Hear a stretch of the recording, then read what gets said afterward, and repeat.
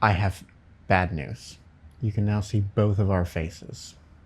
Good news is, these are wheelie chairs, so you won't have to see us for much longer.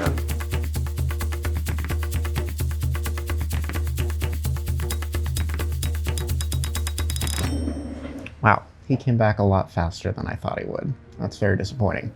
But what's not disappointing is we are back in 2026 with better production value than ever before. We now have a man behind the camera. We have a much wider field of view, as disappointing as that is. And we will have the ability to show you products as we talk about them. That is going to be really great.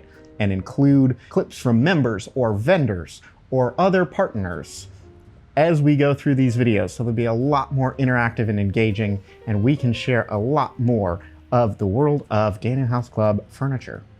And more of our brotherly disdain. Yeah, correct. We are in the new year, and you may have noticed if you've logged on to Daniel House Club already, which we hope you have, that we're looking a little different in 2026. This is sort of the month of modernism. So we have curated every single page to feature something modern from one of our vendors who specializes in this category, really just to make you more aware that that is something that we can be a resource for. So we spent a lot of the end of 2025 curating a selection of great vendors in the modernism realm. We're really excited about working with Gubi, that sells a lot of iconic pieces from the mid-century, but also with vendors like Caneline, who maybe are just more reliant on mid-century tenants, but are really producing something that's very 2026 and beyond, but using new and interesting materials to do that. So if you haven't already, be sure and sort of peruse all these vendors, and if you have any questions, as always, contact the concierge. They are ready to help you. If you like furniture markets and you like Paris, what's the best way to do it? Las Vegas. That's right. Peter will be headed. An Eiffel Tower. They do, and Paris. They have a chalet. Everything I don't know. that goes with France.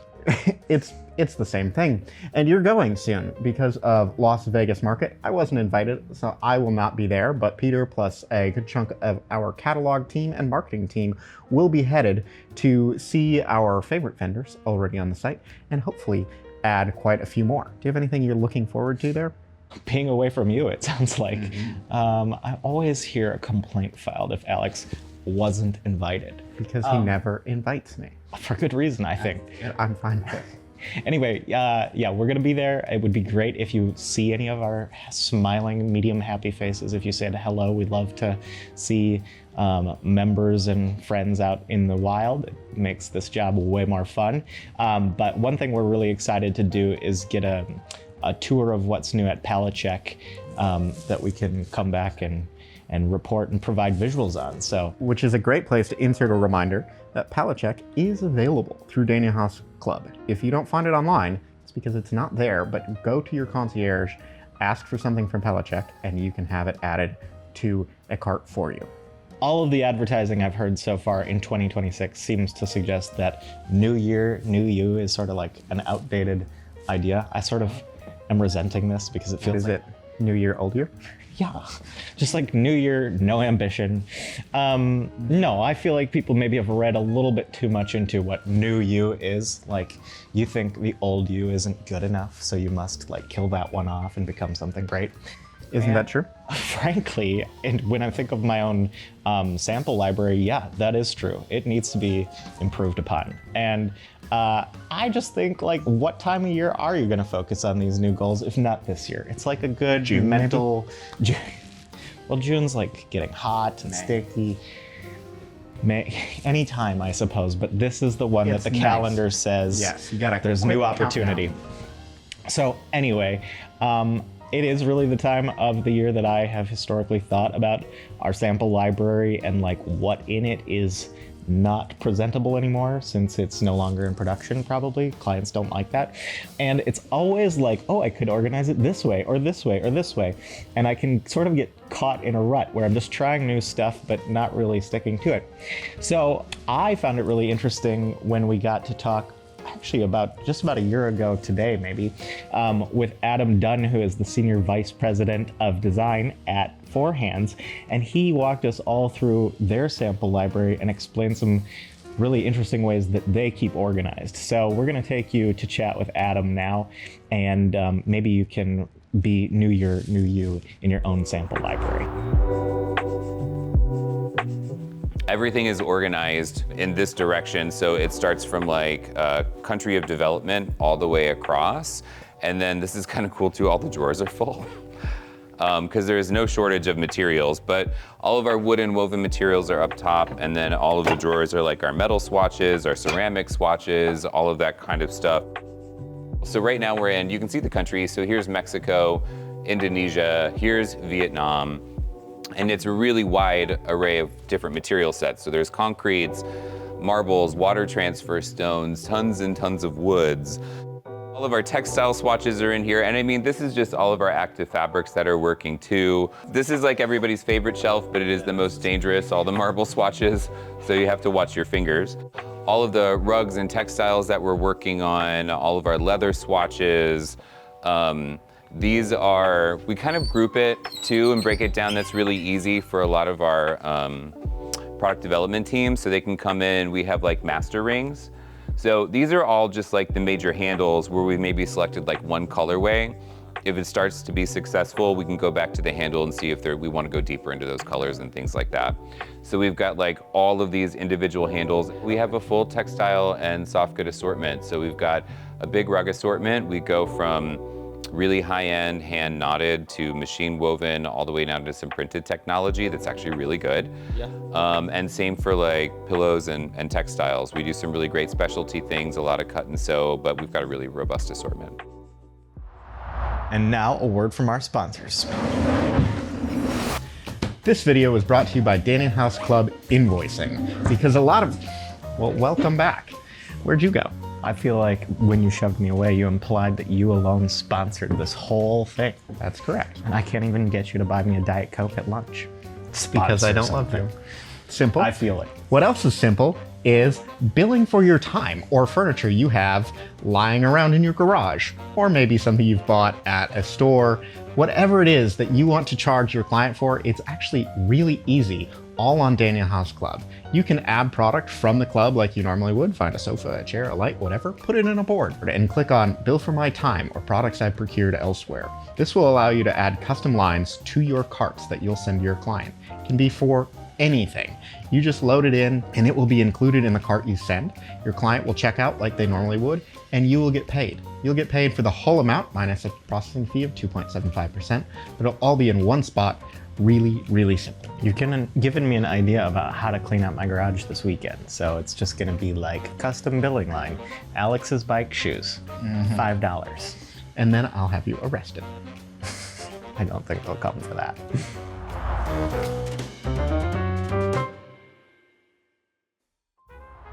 All right, we're here with our product of the week, and for the first time ever, we're gonna have products of the week. Wow! And you're gonna be able to see them, which is insane. Especially because I can't. That you previously haven't been able to see that. And we're gonna dedicate this time to like exploring the deepest corners of Daniel House Club. Like dedicated to a person. What person would we dedicate this to? Joe Colombo? Well, he's the first of the famous Italian designers that Alex is gonna explore and share his deep knowledge about. So I'll let you get started on that. So before today, I of course knew of Colombo's work as a detective. I did not know that he was a furniture designer.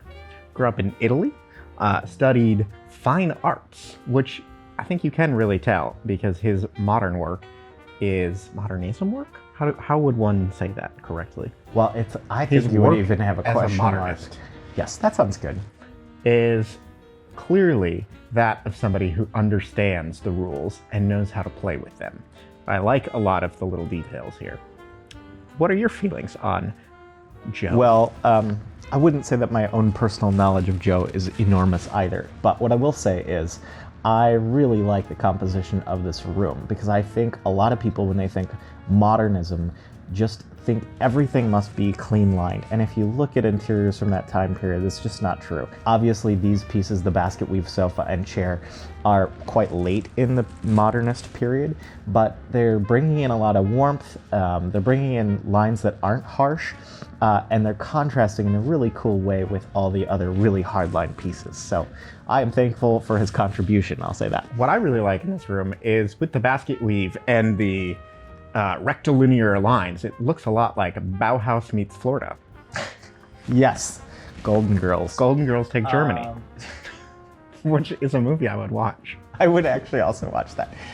Okay, we've gone quite long on Joe Colombo. Yeah. Maybe we should move to the What's the next the one? beautiful lamp in the foreground. Gräshoppa. Yes, Gräshoppa by Greta Grossman, who was actually not that kind of married gross. to a jazz musician. And I good was one? like, yeah, well, I think so, because I listen to jazz radio quite a lot, and I always hear the name Grossman, Billy Grossman, and it turns out they were married. So, but she was one of, I think, possibly the only female architect in Los Angeles from like 1940 to 1960. She has 14 homes to her name, but she also has a lot of products, including this lamp, which I think was designed in the late 40s. And I'm told a very, very popular DWR find from some insiders, and it's a staple in their lighting lineup. Yeah, and it's cool. The conical head like moves so that you can, you know. I like its Yeah, it's a little oversized bit feet. scary. It sort of looks like a something about to attack you. Or jump. It looks a little bit alive. Anyway. And then maybe you can talk about, again, your huge knowledge of the Stemlite. Well, as you can see, this light in the background was very clearly 1965's light of the year. Yes. And I just think that is so obvious when you look at it because of the way it is. And can you tell us how it is? Well, it is, I think, one of the first lamps to be conceived as something that doesn't have a lampshade. So I think this is sort of like a cartoon bulb. Like it's all, the light is all there, composed together. 1960s, we're going to the moon energy. We don't need these shades. I think it was featured in an episode or interior of Star Trek somewhere. So If I love this stuff, where can I find it? yes, that is the thrust of this. It is all available at Daniel House Club, and all of this is produced by Gubi, who are very excited to be represented. And if we don't have an item, don't forget, you can always request it. And I imagine you're saying that because the basket weave sofa I actually don't think is up on our site. That's correct. All right, well, now that we've got that clarified, we are Peter and Alex, and we will be here next week at the same time with more industry news.